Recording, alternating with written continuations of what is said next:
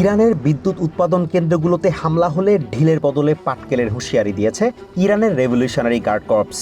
সোমবার এক বিবৃতিতে আইআরজিসি জানিয়েছে, এই ধরনের যে কোনো হামলার জবাবে ইসরায়েল এবং মধ্যপ্রাচ্যে আমেরিকান ঘাঁটিগুলোতে যেসব বিদ্যুৎ কেন্দ্র থেকে বিদ্যুৎ সরবরাহ করা হয় সেগুলো ধ্বংস করে দেয়া হবে।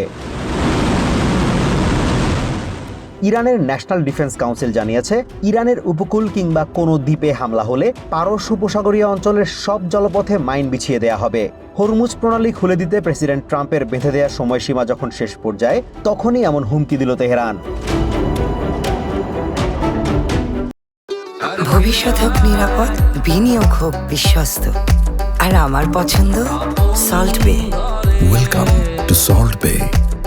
এদিকে রবিবার দিবাগত রাতে ইরানের উত্তর পশ্চিমাঞ্চলীয় উর্মিয়া শহরে বিমান হামলায় বেশ কয়েকটি আবাসিক ভবন মাটির সাথে মিশে গেছে।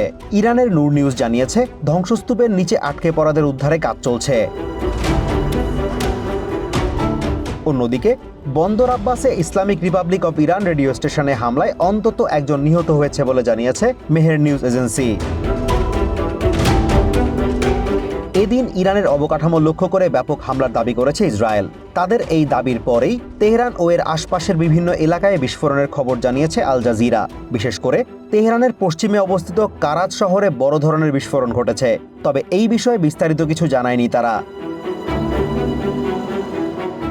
এছাড়া সামাজিক মাধ্যম এক্সে এক পোস্টে ইউএস সেন্ট্রাল কমান্ড দাবি করেছে, ইরানের উত্তর মধ্যাঞ্চলের কম প্রদেশে একটি টারবাইন ইঞ্জিন উৎপাদন কেন্দ্রে হামলা চালিয়ে সেটি ধ্বংস করে দিয়েছে তারা। ওই টারবাইনগুলো আইআরজিসির ড্রোন এবং বিমানে ব্যবহৃত হতো বলেও দাবি তাদের। এদিকে এদিন ইসরায়েল লক্ষ্য করে আরেক দফা ক্ষেপণাস্ত্র হামলা চালিয়েছে ইরান। হামলার খবরে জেরুজালেমে সতর্কতামূলক সাইরেন বেজে ওঠে। এ সময় স্থানীয় বাসিন্দারা দ্রুত আশ্রয়কেন্দ্রে চলে যান। পাশাপাশি হামলার আশঙ্কায় ইসরায়েলের বেন গুরিয়ন ইন্টারন্যাশনাল এয়ারপোর্ট থেকে যাত্রীদের দ্রুত আশ্রয়কেন্দ্রে সরিয়ে নেওয়া হয়। তবে এক প্রতিবেদনে ইসরায়েলের 12 নিউজ দাবি করেছে, ইসরায়েলের মধ্যাঞ্চলে বিস্ফোরণ ঘটার পরই ওই উদ্যোগ নেয় বিমানবন্দর কর্তৃপক্ষ। এছাড়া আশকেলন শহরে ক্ষেপণাস্ত্রের ধ্বংসাবশেষের আঘাতে বেশ কয়েকটি ভবন ক্ষতিগ্রস্ত হয়েছে বলে ইসরায়েলের একাধিক গণমাধ্যম জানিয়েছে। পাশাপাশি বাহরাইনে আমেরিকার ৫ম নৌবহর লক্ষ্য করে ক্ষেপণাস্ত্র ও ড্রোন হামলার দাবি করেছে আইআরজিসি, তবে সেখানে কোনো ধরনের আঘাতের খবর পাওয়া যায়নি।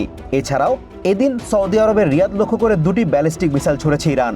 অন্তত একটি মিসাইল ভূপাতিত করার দাবি করেছে সৌদি সরকার, অপরটি একটি খোলা জায়গায় আঘাত হানায় কোনো ক্ষয়ক্ষতি হয়নি বলে দাবি তাদের।